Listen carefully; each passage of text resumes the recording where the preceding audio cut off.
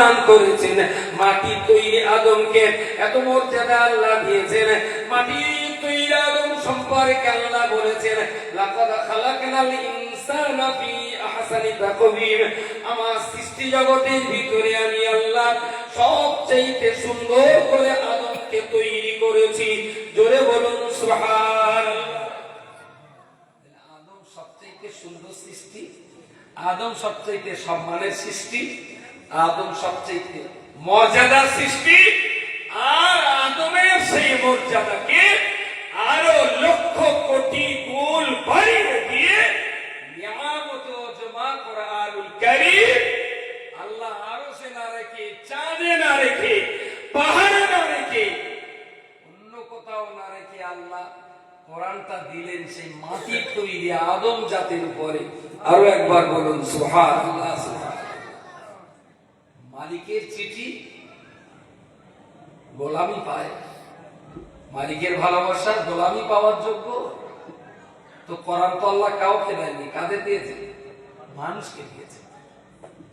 আমরা কত দামি, কত নামি, কত সম্মানী আর কতটা মর্যাদার অধিকারী সম্ভবত আমরা আমাদের নিজেদেরকে জানি না।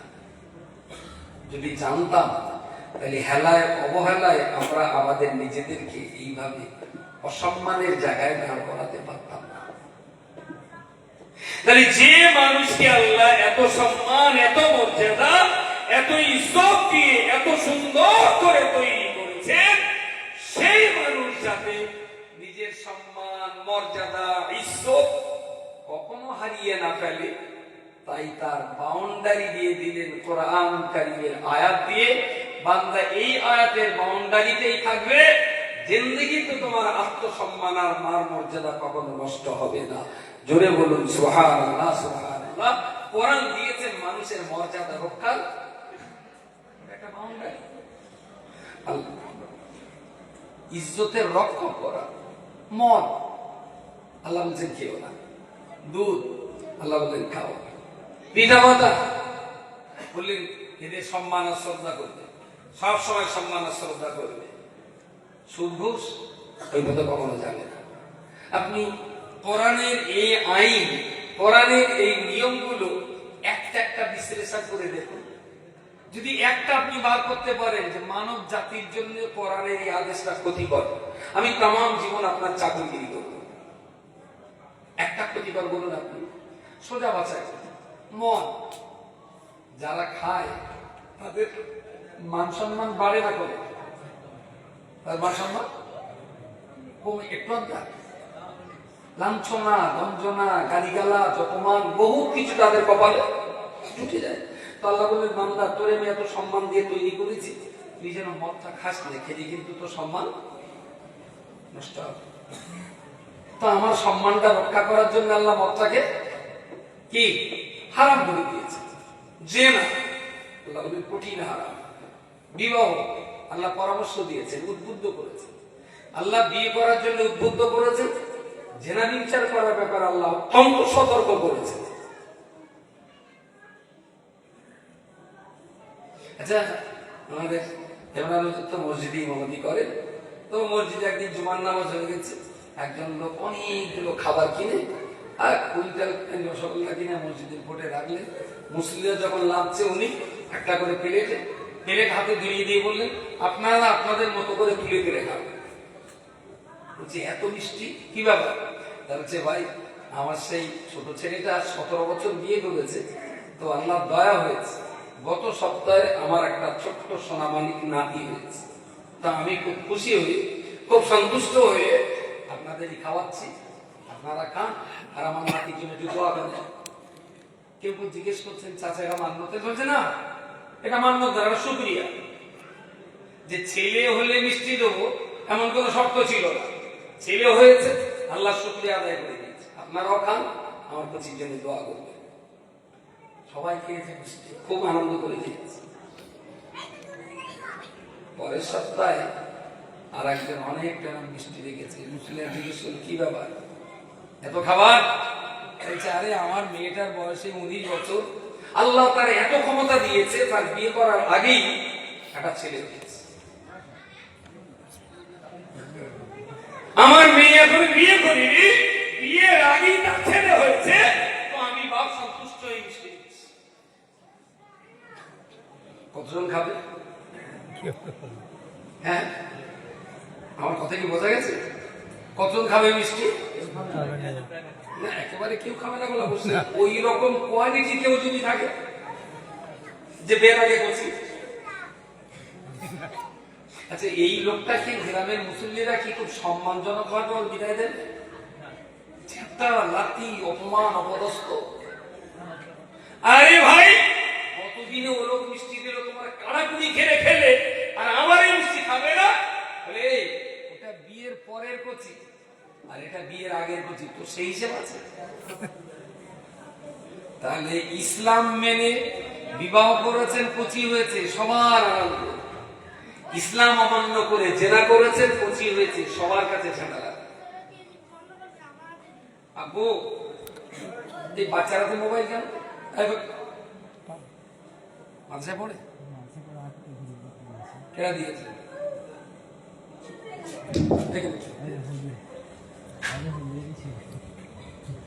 যার ফোন আমার কাছ থেকে দেখবেন।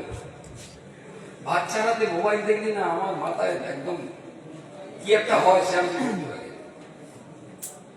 তো যে কথাটা বলছিলাম যে ইসলাম যত মেনে চলবে তত আপনার সম্মান আল্লাহ বৃদ্ধি করাবেন। ইসলামে নিষিদ্ধ কাজ যত করবেন তত লাঞ্ছনা, বঞ্চনা, অপমাননা সব আমাদের মুসলিম জুটে যাবে। দয়া উনিশ করে বিপদ দূর করানো যাবে। প্রিয় শ্রোতা মণ্ডলী, আল্লাহ পাকের খাস নিয়ামত, আল্লাহ আমাদেরকে মানুষ করেছেন, সঙ্গে এটাও তো অসংখ্য শুকরিয়া। আল্লাহ আমাদের অন্য কোন ঘরে না পাঠিয়ে ইসলামী ঘরে আল্লাহ পাঠিয়েছেন। আমার বাবা কলমা পড়নেওয়ালা বাবা, আমার মা কলমা পড়া একজন মা, তাহলে মুসলমানের ঘর আল্লাহ পাঠিয়ে দিয়েছেন। তো কোরআন আমি পড়া শিখেছি। এই কোরআন যত পড়বো, এই কোরআন যত বুঝবো, আর কোরআন আমার জীবনে আমি যত কাজে লাগাবো, আল্লাহ পাক দুনিয়াতে আমার তত সম্মান বৃদ্ধি করাবেন। আর পৃথিবীতে কোরআন মেনে যারা শান্তিতে কাটাতে পারবেন, সুনিশ্চিত ভাবে বলা যেতে পারে দুনিয়াতে যারা কোরআন মেনে শান্তি পেয়েছেন, মরণের পরেও তারা জান্নাতে শান্তি পেয়ে যাবে। এমনি আমি চ্যালেঞ্জ করি, তবে আপনি যদি চ্যালেঞ্জ করেন তাহলে আমি আঙুলের সুচ দিয়ে সুচ ফুটিয়ে রক্ত দিয়ে লিখে দিতে পারি, দুনিয়াতে যার শান্তি হয়নি মরণের পরেও তার শান্তি হবে না। দুনিয়াতে শান্তি হয়নি কেন? ইসলাম মানে শান্তি, ওর ঘরে শান্তি নেই, তার মানে ইসলাম নেই। খুব ক্লিয়ার কথা বলছি। আর দুনিয়াতে ওর ঘরে ইসলাম না থাকার কারণে যখন অশান্তি, তো মরণের পরে ইসলাম না মানার কারণে সে জাহান্নামী। সুতরাং শান্তি মানে গাড়ি, বাড়ি আর জলকর, ইটভাটা আর কোটি টাকার মালিকের কথা বলছি না। শান্তির আলাদা একটা সংজ্ঞা আছে। টাকা দিয়ে সোনা কেনা যায়, টাকা দিয়ে নামি দামি গাড়ি কেনা যায়, টাকা দিয়ে অনেক বড় বড় ফ্ল্যাট কেনা যায়, টাকা দিয়ে ফ্লাইট কেনা যায়, অনেক কিছু কেনা যায়। কলকাতার বড় বাজারে যে বলুন দিনি, ভাই আমার সংসারে স্বামী স্ত্রীর বিরাট অশান্তি হচ্ছে, পঞ্চায়েত গ্রাম শান্তি দাও দিন একটু, শান্তি দাও।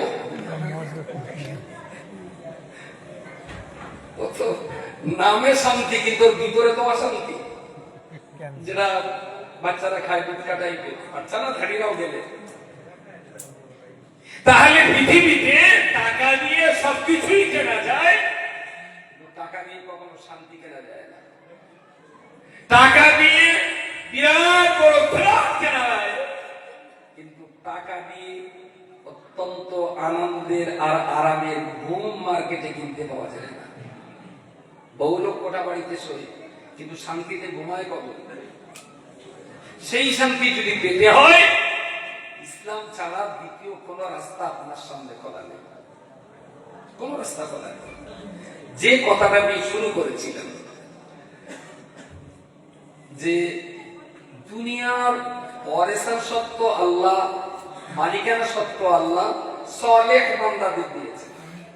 সলেহ বান্দা তাহলে প্রথমত মানুষ হওয়া, দ্বিতীয়ত মুসলমান হওয়া, তৃতীয়ত মুসলমানদের ভিতরে আবার সালেহ মুত্তাকি পরেজগার খোদাভীরু বান্দা তৈরি হওয়া।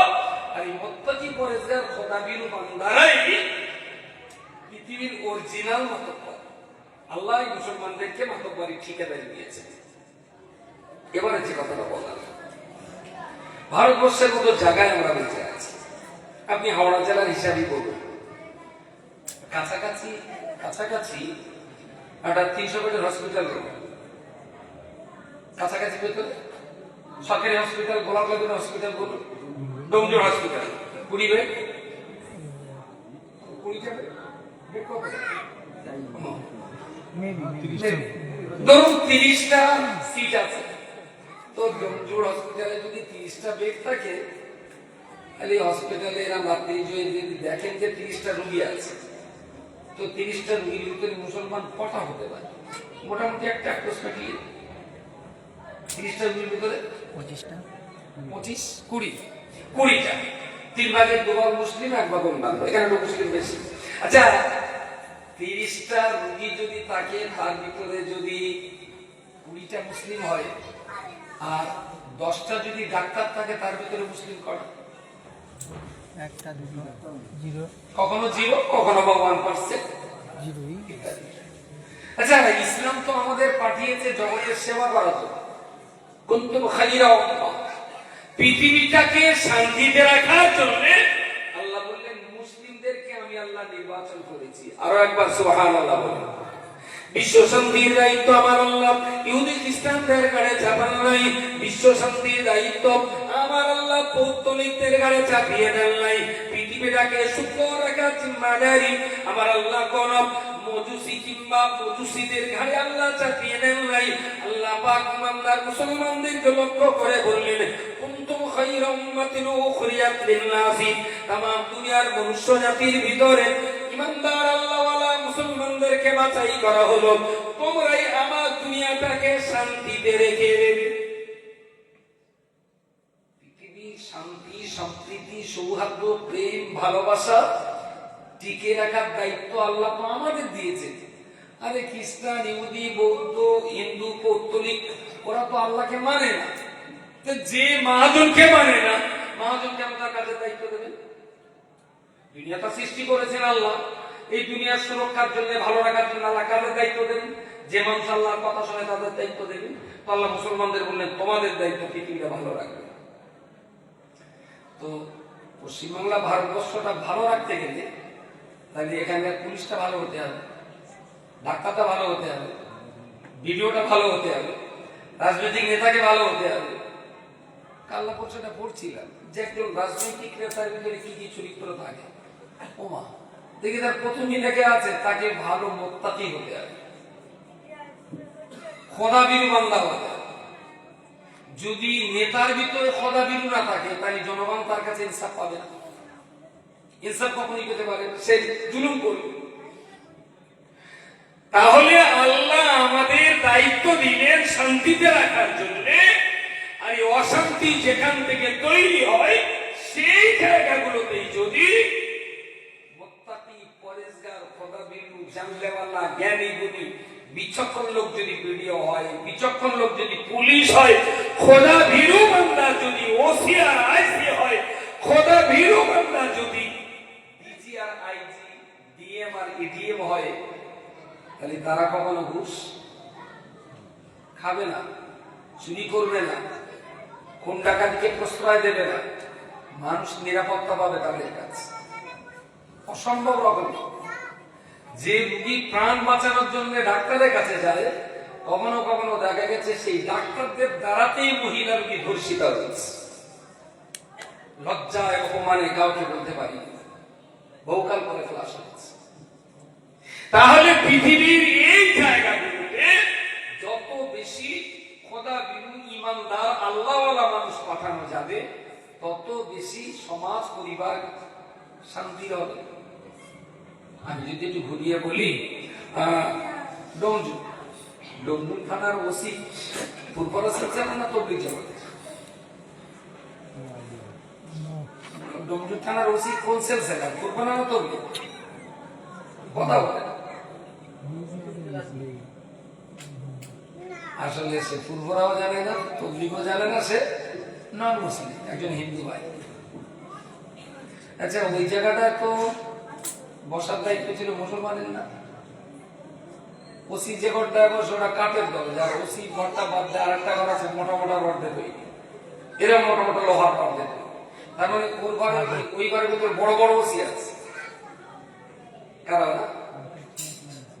ওখানে 100-র ভিতরে 10টার ভিতরে 8টা থেকে 8:30 মুসলমান। ইস, যাদের দায়িত্ব ছিল বিচার করবার, শাসন করবার, তারা আজকে অন্যের দ্বারাতে শাসিত হচ্ছে। তার একমাত্র কারণ এদের হাতে লাঠি আছে, কোদাল আছে, গয়কি আছে, কুরুল আছে, কিন্তু এদের হাতে 6 ইঞ্চি কলমের বড্ড অভাব, খুব কলমের অভাব। যার জন্য সম্মানের চেয়ার সব অন্যের দখলে চলে গেছে। এখানে তাহাজ্জুদের নামাজে কেঁদে কেঁদে সমস্যার সমাধান হবে না। সমস্যাটা ফিল্ডে লেভেল লড়াই করে এই সমস্যা পাল্টানোর জন্য আমাদের সংগ্রাম করতে হবে।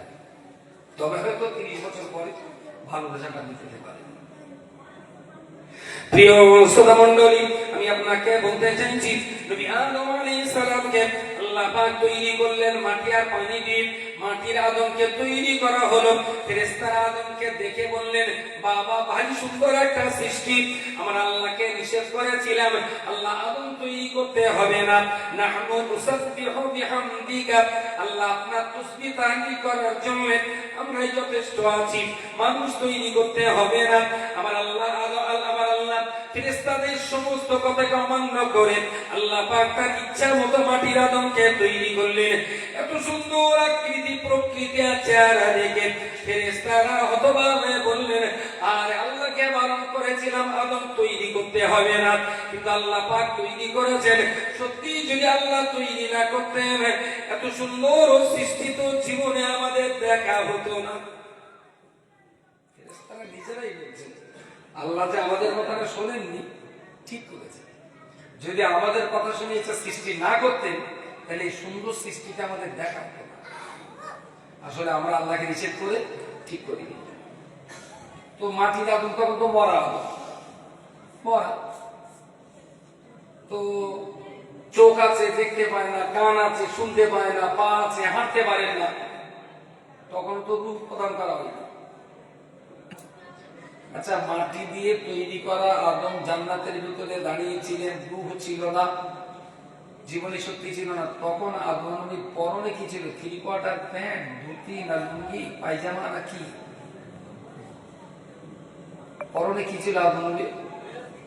হ্যাঁ বলেন বলেন, কিছুই ছিল না। তাহলে উলঙ্গ আবার কোন স্যার খাওয়া পারবেন, দেখো তো আদম নবীর উলঙ্গ বলে, আর কিছু করার নেই। উলঙ্গন ছিলেন তিনি, তো ন্যাংটো অবস্থাতেই আল্লাহ জান্নাতে তাকে তৈরি করেছেন, সেই অবস্থাতেই আছে।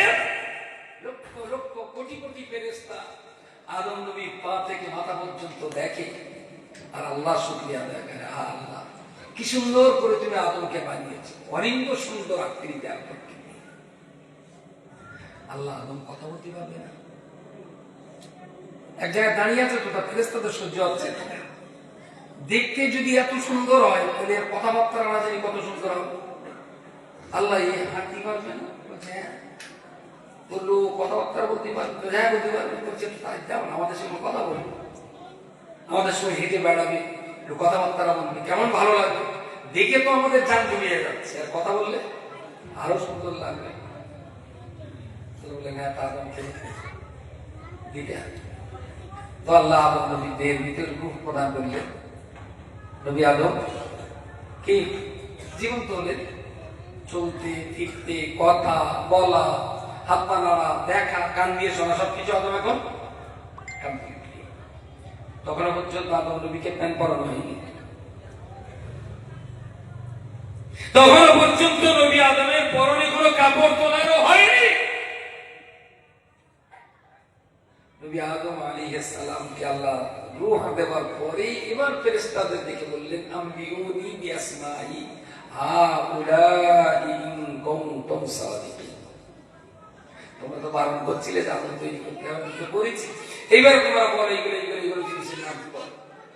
ফেরেশতারা বললেন কারোর নাম আমরা জানিও নি, শুনিও না, বলতে পারবো না, কিছু জানি না। আল্লাহ আদমকে বললেন তুমি, শুধু একবার বললেন তুমি পারবে, বললেন হ্যাঁ বলো। আদম নবী এক এক করে বলা ধরেছেন, এটার নাম মাইক, এটার নাম কর্ড, এটার নাম স্ট্যান্ড, এটার নাম মোবাইল, তারপরে এর ভিতরে একটা আছে তার নাম ব্যাটারি, ওর ভিতরে একটা আছে তার নাম মেমোরি, ওর ভিতরে আর একটা আছে তার নাম সিম কার্ড। একটা একটা করে নাম অনর্গল বলেই যাচ্ছে, তো আদম নবী খাবি না। ওয়াল্লামা আদামাল আসমাআ কুল্লাহা, আল্লাহ আদম নবীকে সৃষ্টি জগতে শুরু থেকে আর শেষ পর্যন্ত যা কিছু আল্লাহ সৃষ্টি করেছেন সমস্ত সৃষ্টির নাম আল্লাহ আদমকে শিখিয়ে দিয়েছিলেন। জোরে বলুন সুবহানাল্লাহ। কি এক মিনিট শেষ হয়, ওই বাপ বলে যাচ্ছে আদম নবী। আল্লাহ বলেন দাঁড়াও দাঁড়াও, থামো, আর বলতে হবে না। ফেরেশতারা বললেন কি ব্যাপার, তোমরা বলতে পারলে না? আদম বলে দিল, বলে আল্লাহ আমাদের বয়স বেশি কিন্তু আদমের জ্ঞান বেশি। সুবহানাল্লাহ বলে, আমাদের বয়স বেশি আর আদমের জ্ঞান বেশি। আল্লাহ আমরা নূর দিয়ে তৈরি, আদম মাটি দিয়ে তৈরি, কিন্তু নূর দিয়ে তৈরি হয়ে লাভ কি হবে? আপনার কথার তো পরীক্ষাতে উত্তর লিখতে পারিনি। আদম মাটি দিয়ে তৈরি, তাদের ক্ষতিটাই দেখি, তিনি তো সব জ্ঞানী আছেন। তাহলে সম্মান তোমাদের বেশি না আদমের বেশি? বললেন না, আদমের বেশি। সুবহানাল্লাহ বলেন। ওই ফেরেশতাদের দলই তো আজরাইল ছিলেন, জিবরাইল ছিলেন, ইসরাফিল ছিলেন, মিকাইল আলাইহিস সালাম, সবাই ছিলেন। সবাই মিলে বললেন আমাদের বয়স বেশি, আমরা নূর দিয়ে তৈরি, আমরা আল্লাহকে অনেক বেশি দেখেছি, কিন্তু আদমের বয়স কম, আদম অল্প, এখনো আল্লাহর জন্য ইবাদত করার সুযোগ মিলেনি আদমের।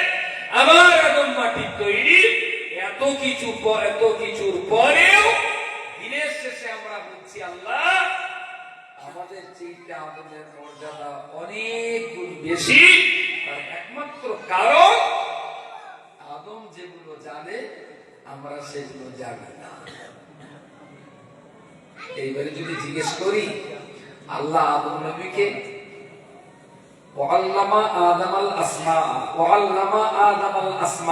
আল্লাহ আদমকে শেখালেন, আল্লাহ আদমকে কাপড় পরালেন, এটা একটা কথা। আর আল্লাহ আদমকে শেখালেন, এটা একটা কথা। যদি জিজ্ঞেস করি তাহলে আদম নবীর কাপড় পরানোটা আল্লাহ আগে করেছিলেন না পড়ানোটা আগে পড়িয়েছিলেন? তাড়াতাড়ি বলে, আগে লেখাপড়া করা। আল্লাহ সমস্ত ফেরেশতাদের মাঝে আদম নবীর ইজ্জতকে বাড়িয়ে দিতে হবে, এর জন্য আল্লাহ আদমকে সোনা দানা দিয়ে কোটিপতি করেননি, দামি কাপড় পরিয়ে বড় করেননি। আল্লাহ আদমের ভিতরে জ্ঞান দিয়েই অন্যের চাইতে আদমকে বড় করিয়েছিলেন। আরো একবার বলুন সুবহানাল্লাহ।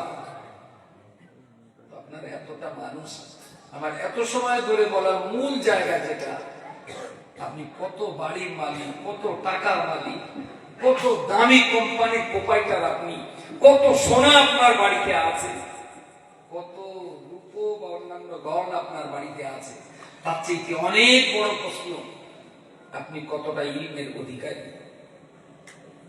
অমাই ইউতাল হিকমাতা, ইউতা না ইউতি, ইউতা, অমাই ইউতাল হিকমাতা ফাকাদ উতিয়া খায়রান কাসীরা।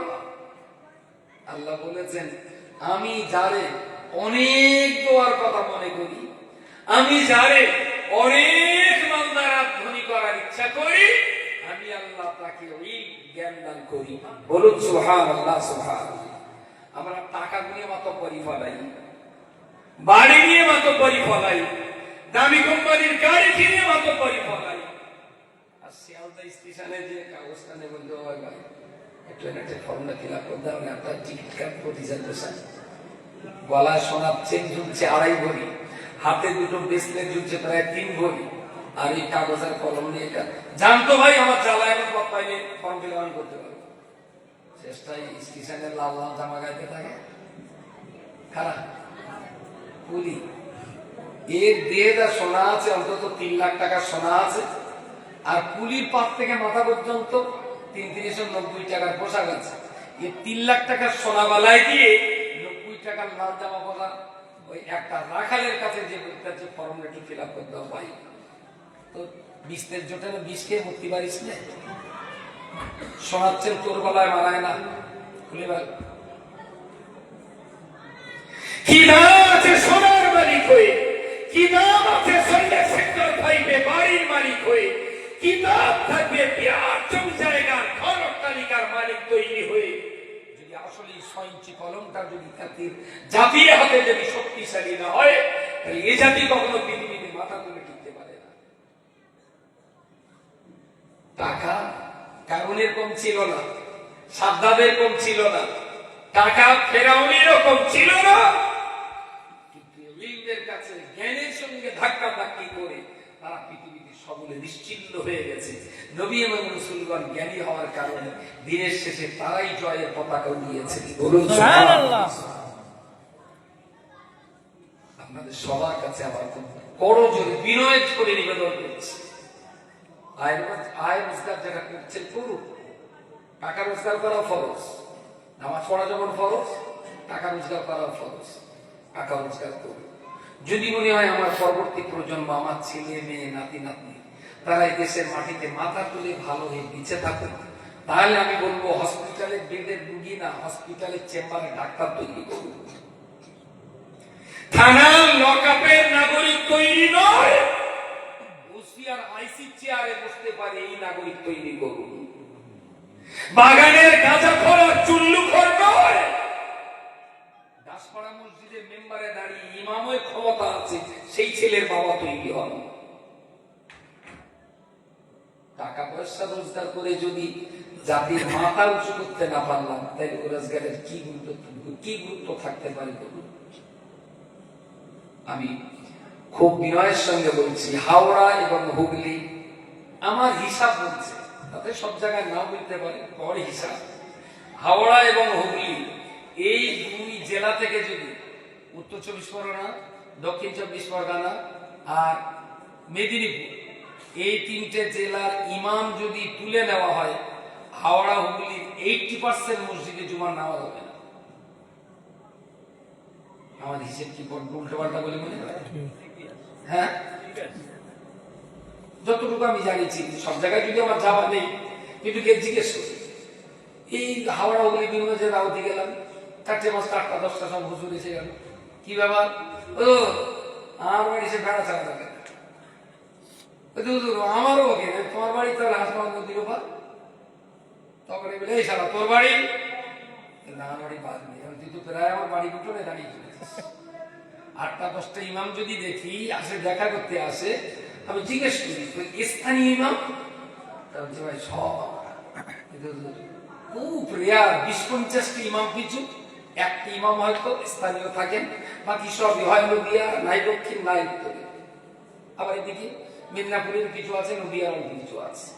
আমি অনুরোধ করছি বাচ্চা কাচ্চাদের লেখাপড়া শেখাতে, আর সবচেয়ে মাওলানা করতে হবে, সবচেয়ে হাফেজ করতে হবে, সবচেয়ে কারি করতে হবে, ছেলে পিলে সবচেয়ে আমাদের হাফেজ, কারি, মাওলানা, মুফতি, হাজি, গাজী, দরবেশ করতে হবে। কোরআন সে কথা বলে, কোরআন বলেছে কিছু ছেলে আলেম হোক, কিছু ছেলে হাফেজ হোক, কিছু ছেলে ডাক্তার হোক, কিছু ছেলে মেয়ে আপনার ওসি আইসি পুলিশ লেভেলে কাজ করুক, কিছু ছেলে সেনাবাহিনীর জওয়ান হোক, কিছু মেয়ে মাথা হিজাব লাগিয়ে কোর্টের লয়ার তৈরি হোক, আসলে তো নামাজ পড়বে কোর্টের লয়ারের কাজ করবে। বিশ্বাস করুন, ভারতবর্ষের মুসলিমদের বিরুদ্ধে যেভাবে রাষ্ট্রীয় শক্তি নেমেছে, আমি আর হালকা পাতলা বলছি না, এটাকে জাতিতে জাতিতে লড়াই বলবো না, আমি বলবো একটা সংখ্যালঘু জাতি বনাম একটা রাষ্ট্র। আমার বলাটা কি ভুল হচ্ছে? ভারত সরকার কোন ভারত রাষ্ট্র তো রাষ্ট্রের সংবিধানকে অমান্য করে একটা সংখ্যালঘু জাতির বিরুদ্ধে রাষ্ট্র ব্যবস্থা পথে নেমে গেছে। এই পরিস্থিতির ভিতরেও আমাদের বাঁচতে হবে, না বাংলাদেশ না পাকিস্তান, বাঁচি তো এখানে, মরি তো এখানে। নাকি চলে যাবে? যাওয়ার মতো কেউ আছে এখানে? কেউ যাবে না। লজ্জা হয়ে গেছে। দেশ বিভাজনের সময় যখন, দেশ স্বাধীনের সময় যখন বিভাজন হলো, 30% মুসলমান বলেছিল আমরা পাকিস্তান চাই, তারা ভাগ করে চলে গেছে। আপনার বাপদাদা, আমার বাপদাদা বলেছিল আমরা পাকিস্তান চাই না, হিন্দুস্তান চাই। তা আমরা রয়ে গেছি, যারা চেয়েছিলেন তারা চলে গেছে। সর্বনাশ কতটা হয়েছে, ওরা ছেড়ে চলে গেছে বলেই তো কলকাতার 85টা মসজিদ এখনো বিরাম হয়ে পড়ে আছে। দোষটা কারণ না, দোষটা মুসলমানদের। অনেক পুরনো বাপ ঠাকুর দাদার কবরস্থান আজকে ফুটবল খেলার মাঠ হয়েছে। কিসের কারণে? মুসলমানরা জমি বিনিময় করে চলে গেছে বাংলাদেশ। কবরের জমিটাও ছাড়ি, এখানে কবরের জমি দিয়ে ওখানে যে আবার জমি নিয়েছে। তাহলে এই জমিটা যে হিন্দুর পাওনা সেখানে ছাড়বে? সেই কবরের উপরে এখন ক্লাব পার্টি অফিস তৈরি হয়েছে, চাষ হচ্ছে। সুতরাং যারা বাপ দাদাদের কবরকে বেইজ্জতি করে যারা বাংলাদেশে আছে, ওরা যে কোনোদিন স্বস্তিতে থাকবে আমি তা কখনো বিশ্বাস করতে পারি না। বাঁচিতে এখানে বাপ দাদাদের কবর আর মসজিদ মাদ্রাসা জড়িয়ে বাঁচবো, আর মরিতে এখানকার মসজিদ মাদ্রাসা বুকে নিয়েই ভারতের মাটিতেই মধ্যে আছে। যাওয়ার মতো আমাদের আর দ্বিতীয় কোনো জায়গা নেই, আর জায়গা থাকলেও আমাদের ইচ্ছা নেই। এই জায়গায় দাঁড়িয়ে আমরা 100 ভিতরে 14 জন ভারতবর্ষে আছি। পুলিশে যদি 100 ভিতরে 14 জন আমরা থাকতাম, যদি সেনাবাহিনী জওয়ানদের ভিতরে 100 ভিতরে 14 জন যদি আমরা হতে পারতাম, মেডিকেলে যদি 100 ভিতরে 14টা ডাক্তার আমরা হতে পারতাম, বিডিও চেয়ারে যদি 100 ভিতরে 14টা বিডিও আমরা হতে পারতাম, ডিএম চেয়ার যদি 100 ভিতরে 14টা ডিএম যদি আমরা হতে পারতাম, তাহলে আমার মনে হয় এই জাতির বিরুদ্ধে রাষ্ট্রীয় শক্তি এতটা পথে নামতে পারত না। নেমেছে কেন? আসলে আমাদের হাতে কলম নেই, আমাদের লড়াই করার অস্ত্র নেই, যার জন্য তার পথে নেমেছে। আবার এতটা কথা বলার পর আজকে এই মাদ্রাসায় রাসপাড়া সিদ্দিকিয়া হানাফিয়া মাদ্রাসা 3টে সেক্টর এখানে চলছে। মক্তব বিভাগ, গার্লস বিভাগ এবং বয়েজ বিভাগ, বালক বালিকার 2টো বিভাগ আর মক্তব 1টি বিভাগ, মোট 3টে বিভাগ এখানে চলছে। এখানে যাদের বাচ্চা যা পড়াশোনা করছে আলহামদুলিল্লাহ, এটা তো খুবই ভালো কথা। সেই সাথে সাথে আপনারা যারা এখানে আমার আলোচনা শুনেছেন, আত্মীয় স্বজন, মেয়ে জামাই, আরো যত আত্মীয় আছে, তাদেরকেও বলুন যে মাথা তুলে বাঁচার জন্য ভালো লেখাপড়া শিখি আমাদের ছেলে মেয়েদেরকে যদি আমরা প্রতিষ্ঠিত করতে না পারি, তাহলে আমাদের পরবর্তী প্রজন্ম এখানে মাথা তুলে বাঁচতে পারবে না। লড়াই চালিয়ে যান, বেশি দিন না, মাত্র 30টা বছর লড়াই চালান, এই হচ্ছে হাওয়া ঘুরে যাবে। এই স্বল্প সংখ্যক মুসলমানরাই এই দেশে আবার রাজত্ব করতে পারে। লাঠির জোরে রাজত্ব হয় না, রাজত্ব তো কলমের জোরে চলে। বন্দুক পিস্তল কামান গোলাবারুদ দিয়ে দেশ শাসন হয় না। দেশ শাসনের তো ছোট্ট ছোট্ট কলম দিয়ে তো দেশ শাসন হয়, সেইগুলো তো আমাদের হাতে নেই। সবাইকে আমার এই দাবি, গ্রামের সব বাচ্চাকে এই বক্তব্যে পড়াবেন, যারা এই মহল্লার আছে সবাইকে বলছি, আপনার বাচ্চা মানে কোরআন তাকে শিখতেই হবে। আপনার বাচ্চা মানে মিনিমাম এইচএস পর্যন্ত, উচ্চ মাধ্যমিক পর্যন্ত স্কুলে তাকে পড়তেই হবে। কোন বাবা মা সন্তানের লেখাপড়ার অধিকার হরণ করে কাজে লাগাবেন না। নাবালক সন্তানের শিক্ষার অধিকার হরণ করে কেউ যদি কাজে লাগিয়ে তার দ্বারা যদি টাকা রোজগার করেন, এটা বাপ মা সুস্থ পিতা মাতার জন্য, নাবালক ছেলে মেয়ের রোজগার করার টাকা সুস্থ বাবা মার জন্য হারাম। কখন সন্তানের শিক্ষার অধিকার হরণ করবেন না। এই প্রতিষ্ঠানটা যারা কত 12 বছর হলো, 10 বছর ধরে যারা স্থানীয় মানুষ যারা এই প্রতিষ্ঠানটার আঞ্জাম দিয়ে এসেছে, যাদের কষ্টে, যাদের অর্থে, যাদের জমিনে, যাদের মেহনতে, যাদের দান সাদকা ও কোরবানির ফলে এই প্রতিষ্ঠানটা আজ এতদূর পর্যন্ত এসেছে, আমি আমার অন্তঃস্থল থেকে তাদের সবাইকে সাধুবাদ জানাচ্ছি। অন্তরস্থল থেকে আমি সবাই মিলে আল্লাহর কাছে দোয়া করছি।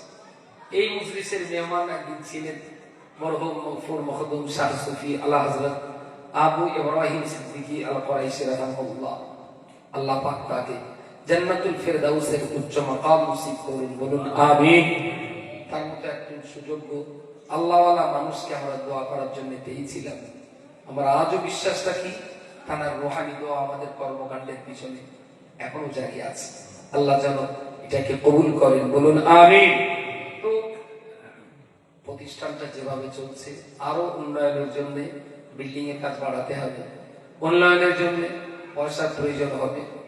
আমি সকলের কাছে খুব বিনয়ের সঙ্গে বলছি, যে পয়সা আপনি রোজগার করেছেন এ পয়সা আপনার সংসারে খরচ হবে, এ পয়সায় গরিব মিসকিনদের ভাগ আছে, এ পয়সায় মাদ্রাসার ভাগ আছে, আপনার উপার্জন করা পয়সায় মসজিদের ভাগ আছে, আপনার উপার্জন করা পয়সায় গরিব রোগীর চিকিৎসা করাবেন তারও ভাগ আছে। সুতরাং রোজগার করেছেন মানে সব যে আমি একা খাবো একা করবো এমনটা নয়। যেহেতু আমরা মুসলিম, সবাইকে নিয়ে বেঁচে থাকা আমরা পছন্দ করি, তাই এই পয়সার উপার্জিত পয়সা লান তানালুল বিররা হাত্তা তুনফিকু মিম্মা তুহিব্বুন, আল্লাহ বলেছেন তোমরা তত সময় পর্যন্ত ভালো মানুষ হতে পারবে না যত সময় তোমাদের মহব্বতের উপার্জিত অর্থ আল্লাহর পথে খরচ করতে না পারবে। রাসূলুল্লাহ একদিন হাত পেতে ইসলামের জন্য সাহাবীদের কাছে হাত পেতেছিলেন। প্রিয় রাসূল দ্বীনের জন্য, ঈমানের জন্য, ইসলামের অগ্রগতির জন্য রাসূলুল্লাহ সাহাবীদের কাছে হাত পেতেছিলেন তো কোরআনকে টিকিয়ে রাখার জন্য, ইলমে শরীয়তকে টিকিয়ে রাখার জন্য, জ্ঞানকে বাঁচিয়ে রাখার জন্য। হাত পাতাটাও এটা বেইজ্জতি নয়, আমি মনে করি এটা ইজ্জতের কারণ, এটা সম্মান বৃদ্ধির কারণ। যেখানে যত মানুষ আছেন, আয়েশা বলছিলেন এসব এটা একটুখানি দেন ওই প্ল্যানটা, বাজেটটা নতুন একটা বিল্ডিং এর জন্য, নতুন একটা বিল্ডিং, আবার বিল্ডিং না দোতলা আর কি, তাই না, দোতলা কাজের জন্য আপনাদের কাছে আমি একটু হাত পাচ্ছি আল্লাহর রাস্তায়, এই কাজের জন্য যাকে আল্লাহ যেমন সমর্থন দিয়েছেন একটু জান খুলে দোতলার যে বিল্ডিং এর কাজ হবে, দোতলার এই কাজের